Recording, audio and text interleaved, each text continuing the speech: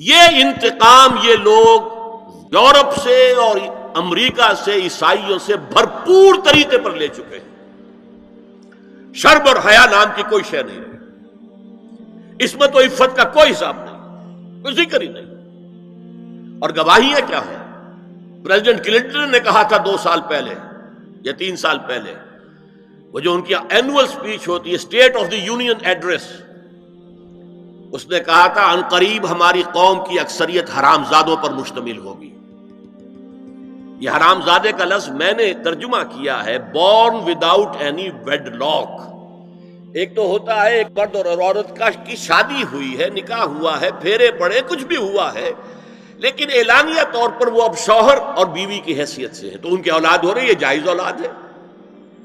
ایک بغیر شادی کی اولاد ہو رہی ہے تو یہ حرامی ہے، حرام زادے ہے۔ انہوں نے کہا کہ ہماری قوم کی اکثریت حرام زادوں پر مشتمل ہو، ہومو سیکسولیٹی، لیسبینز، گیز، اور بالکل ڈکلیئر کرتے ہیں، پادری ڈکلیئر کرتا میں گے ہوں، سینیٹر ڈکلیئر کرتا میں گے ہوں، انہیں کوئی شرم ہی نہیں، اس کے اندر کوئی حجاب نہیں، اعتراف کرنے کے اندر کہیں بھی کسی طرح کی رکاوٹ نہیں، ہچکچاہٹ ہی نہیں۔ یہ جس کو کہا جائے گا پرمیسو ہیڈونزم، جنسی لذت ہر طریقے سے حاصل کی جا سکتی ہے۔ زنا بالرضا ہو تو کوئی جرم ہے ہی نہیں، ہاں زنا بالجبر ہو تو جرم ہے، بالرضا ہو کوئی جرم نہیں، جرم ہے ہی نہیں سرے سے۔ ساری اخلاقی اقدار کو اس طریقے سے انہوں نے ملیا میٹ کر دیا ہے۔ البتہ ابھی یہ تیسرا معاملہ کچھ عالم اسلام کی حد تک ابھی پورا ان کا پروگرام مکمل نہیں ہو سکا۔ ہمارے ہاں ابھی کچھ خاندانی نظام کی بنیادیں باقی ہیں، کچھ والدین کا ادب ہے، ان کی عزت ہے، ان کی خدمت کو انسان اپنے لیے سعادت سمجھتا ہے، کوئی بیوی اور شوہر کے درمیان محبت، الفت، باہمی اعتماد کی کچھ فضا ہے، خاندانی نظام ہے۔ اگرچہ تیزی سے بگڑ رہا ہے نظام ہمارا، اور ہمارا ایلیٹ طبقہ اوپر کا جو ہے وہ مغرب کے طرز پر جا چکا ہے، لیکن ہماری مڈل کلاسز میں، لوور کلاسز کے اندر ابھی کچھ اقدار ہیں شرم کی، حیا کی، عصمت کی، عفت کی۔ آپ پورا زوردار طریقے پر مہم چلا رہے ہیں کہ مسلمان ممالک سے بھی یہ ساری اقدار ختم کر دی جائے۔ چنانچہ نوٹ کیجئے، قرآن مجید میں 2 جگہ پر اللہ تعالیٰ نے اہل مکہ کو وارن کیا تھا۔ اولم یروا انا ناتی الارض ننقصها من اطرافها، کیا یہ قریش دیکھ نہیں رہے کہ ہم رفتہ رفتہ ان کی طرف بڑھ رہے ہیں، چاروں طرف سے ان کے گرد ہمارا گھیرا تنگ ہوتا جا رہا ہے، ان کے گرد جو قبائل آباد ہیں وہ ہمارے حلیف بنتے جا رہے ہیں۔ یہ سورہ رات کی آیت ہے، اور اسی طرح سورہ انبیاء میں ہے افلا یرون انا ناتی الارض ننقصها من اطرافها۔ تو اسلام گھیرا تنگ کر رہا تھا رفتہ رفتہ کفار مکہ کے گرد۔ آج یہ برعکس ہے کہ یہ مغرب یہودیوں کی سازش کے تحت اور امریکہ کی عظیم قوت کو استعمال کرتے ہوئے، سول سپریم پاور آن ارتھ، آج یہ ہمارے گرد گھیرا تنگ کرتے چلے آ رہے ہیں کہ ہمارا معاشرتی نظام بھی تلپٹ ہو جائے، درہم برہم ہو جائے، ہماری اقدار بھی ختم ہو جائیں، ہمارے ہاں بھی عورت اور مرد بالکل برابر ہونے کے مدعی ہو کر میدان میں آ جائیں، عورت مرد بن جائے، مرد عورت بن جائے، مردوں کی شادیاں ہو جائیں کہ ایک مرد شوہر اور ایک مرد بیوی، اور رجسٹر ہو جائے شادی، لیسبینز کی شادیاں ہو جائیں کہ ایک عورت شوہر ایک عورت بیوی، اور رجسٹر ہو جائے شادی۔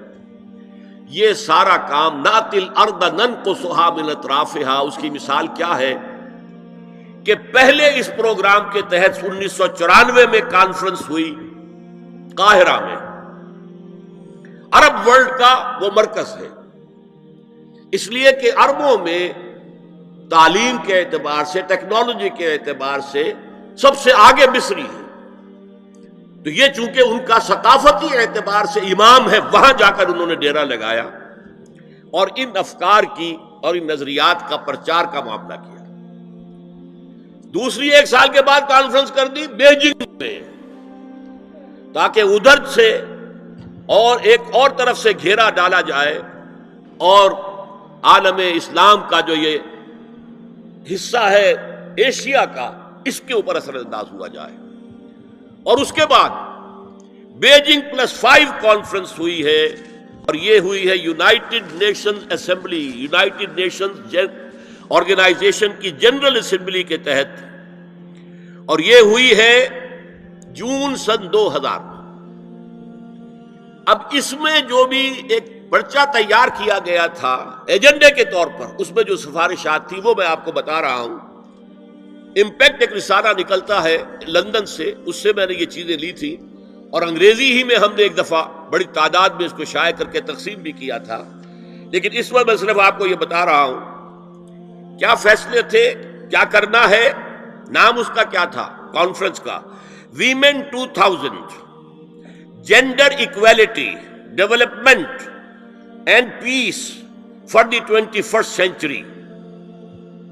پریپریٹری ڈاکومنٹ میں نمبر 1 ہومو سیکسولیٹی کو نارمل سیکسول اورینٹیشن قرار دیا جائے. کوئی جرم نہیں ہے مرد مرد سے شہوت رانی کرے، عمل قوم لوط، یہ کوئی جرم نہیں، کوئی حرام نہیں، کوئی بری شے نہیں، نارمل اورینٹیشن ہے، یہ مزاج ہے. ایک شخص جو ہے عورت سے اپنی خواہش پوری کرنا چاہتا ہے، ایک مرد سے کرنا چاہتا ہے، تمہیں کیا اعتراض ہے؟ ہومو سیکسول میرجز کو تسلیم کیا جائے، جو اب تسلیم ہو رہا ہے. یورپ کی کئی ریاستوں میں رجسٹریشن شروع ہو چکی ہے، امریکہ کی، یورپ میں تو پہلے سے ہے، اسکینڈینیوین ملکوں میں پہلے سے موجود ہے. نمبر 3 عورتیں گھر کا کام کاج کرنے سے انکار کر دیں یا اس پر ویج طلب کریں، مزدوری دو، ہمیں محنت دو تب ہم کام کریں گے. یہ چولہا جھونکنا، یہ روٹی پکانا، برتن دھونا، یہ اس کے لیے ہمیں اجرت چاہیے، لیبر. نمبر 4 عورتیں حمل اور وضع حمل کی جو تکلیف برداشت کریں اس پر بھی شوہر سے اجرت لیں. نمبر 5 اگر کسی وقت کسی عورت کی طبیعت آمادہ نہ ہو ہم بستری کے لیے اور شوہر مجبور کرے تو اسے میریٹل ریپ قرار دیا جائے. یہ زنا بالجبر ہوگا جس کی سزا دی گئی. شوہر اور بیوی کا معاملہ ہے، وہ بیوی کی طبیعت کسی وجہ سے آمادہ نہیں ہے اور شوہر انسسٹ کر رہا ہے تو یہ میریٹل ریپ، شادی شدہ ریپ، شادی شدہ لوگوں کے مابین زنا بالجبر شمار ہوگا. نمبر 6 پروسٹیٹیوشن کو ایک باعزت پیشہ مانا جائے اور ان کو پروسٹیٹیوٹس نہ کہا جائے بلکہ سیکس ورکرز، سیکسول ورکرز. جیسے مرد ہے وہ اپنی جسمانی قوت استعمال کر رہا ہے، وہ اب چلا رہا ہے، کسی چلا رہا ہے، یا وہ کہیں اینٹیں ڈھو رہا ہے، یا کوئی اور دماغی صحت استعمال کر رہا ہے، ڈاکٹر بیٹھا ہے اس نے لکھ رہا ہے، فیس لے رہا ہے. عورت بھی اپنے جسم کے ایک عضو کو استعمال کر رہی ہے تو وہ سیکسول ورکر ہے اور وہ پیشہ ہے اور وہ باعزت ہے، اس پر قتل کوئی قدر نہ ہو. 7 وراثت اور طلاق میں بالکل برابری، کوئی فرق نہیں. اب یہ خاص چیز تو معلوم ہوتا ہے کہ اسلام ہی کو ہدف بنا کر انہوں نے ایجنڈے میں شامل کیا ہے. اس کا نام ہے سوشل انجینئرنگ، معاشرتی تعمیر نو. پرانی تعمیر، وہ جو مولانا روم نے کہا تھا کہ اگر کوئی پرانی عمارت ہے نئی بنانی ہے تو پہلے گرانی پڑے گی. اولا تعمیر را ویرا کنند، تو پہلی تعمیر گرائیں گے تو دوسری بنے گی. لہذا یہ سارا سٹرکچر جو ہے سوشل، یہ ختم کر کے یہ نئی سوشل انجینئرنگ ہے جو ہمیں کرنی ہے، اور اس کا سب سے بڑا ٹارگٹ عالم اسلام. اب اس میں دوسری بات سنیے، یہ کام تو سن 2002 سے بلکہ اس سے پہلے 94 میں، پھر 95 میں، پھر 2000 میں، یہ 3 کانفرنسیں ہوئی. ایک اب نیا آیا ہے شوشہ، اور وہ کیا ہے؟ رینڈ کارپوریشن ہے امریکہ کی ایک بہت بڑا تھنک ٹینک، سب سے بڑا، سب سے اونچا. اس کی سفارشات جو ہیں وہ محکمہ دفاع کو جاتی ہیں، خارجہ محکمے کو جاتی ہیں، اور ان تھنک ٹینکس کے مشوروں پر اور تجاویز پر لوگ عمل کرتے ہیں. حکومت جو ہے ان کو غور سے دیکھتی ہے، عمل کرتی ہے. اب انہوں نے مسلمانوں کا تجزیہ کیا ہے کہ مسلمان 4 قسم کے ہیں، سب ایک طرح کے نہیں ہیں۔ بہت غور سے سننے کی بات ہے، 80 صفحات کی رپورٹ ہے، جن حضرات کے پاس ہے انٹرنیٹ وغیرہ کا وہ نکال سکتے ہیں، پڑھیں پوری کی پوری۔ میں خلاصہ دے رہا ہوں۔ کہتے ہیں نمبر 1 ہے فنڈامنٹلسٹ، اور فنڈامنٹلسٹ وہ ہیں کہ جو اسلام کو صرف مذہب نہیں دین سمجھتے ہیں، جو یہ سمجھتے ہیں کہ اسلام صرف عقیدے، عبادات اور رسومات کا نام نہیں ہے، بلکہ اسلام ایک پولیٹیکو سوشو اکنامک سسٹم ہے، ایک نظام ہے، اجتماعی نظام ہے۔ کہا یہ ہمارے دشمن نمبر 1 ہیں، انہیں ہم نے ہر قیمت پر ختم کرنا ہے۔ They are the biggest challenge to our civilization, our culture, our system. ہماری تہذیب ان کے سب سے بڑے دشمن کے۔ نمبر 2 ٹریڈیشنلسٹ ہے، روایت پسند۔ یہ ہمارے علماء جو قال اللہ و قال رسول میں ہے، فقہ حنفی پڑھ رہے ہیں، یا کوئی اہل حدیث ہے تو کچھ اور چیز پڑھ رہے ہیں وغیرہ وغیرہ، ان کا اصل جو مشغلہ ہے وہ دارالعلوم ہے، پڑھنا پڑھانا ہے، مساجد میں خطبہ دینا ہے، امامت کرانی ہے۔ اس سے آگے کا ان کے سامنے خود تو کوئی کانسیپٹ نہیں ہے، لہذا یہ ہمارے لیے خطرناک نہیں ہے۔ They are no challenge to us. لیکن اگر کبھی وہ فنڈامنٹلسٹ کے ساتھ مل گئے تو پھر بہت خطرناک ہے۔ کیوں؟ ان کے پاس عوام تک رسائی کا بہت بڑا ذریعہ ہے۔ ہر جمعے کو ایک اجتماع ہو رہا ہے، جلسہ ہو رہا ہے۔ چھوٹی سی جلسی کرنی ہو تو ہزاروں روپیہ خرچ کرنا پڑتا ہے، اشتہار ہے، پوسٹر ہے، فلاں ہے، چاہے وہ چھوٹی سی جلسی ہو۔ اور یہاں لوگ چلے آ رہے ہیں نہا دھو کر، کپڑے بدل کر، اچھے عطر بھی لگا کر آ رہے ہیں، کچے دھاگے سے بندھے ہوئے، تو ان کے پاس تو بڑا ذریعہ ہے۔ یہ اگر فنڈامنٹل کے ساتھ مل گئے تو بہت خطرناک ہے۔ لہذا ان کے لیے تو یہ ہے کہ اولاً تو ان کو ایک دوسرے سے دور رکھو، اور جو ٹریڈیشنلسٹ ہیں انہیں اپنے باہمی جو مسلکی اختلافات ہیں، فرقے وارانہ اختلافات ہیں، ان کے اندر بزی رکھو، شوشے چھوڑتے رہو تاکہ وہ اسی بحث کے اندر مناظرے بازی میں لگے رہے۔ تیسرے انہوں نے کہا ماڈرنسٹ ہے۔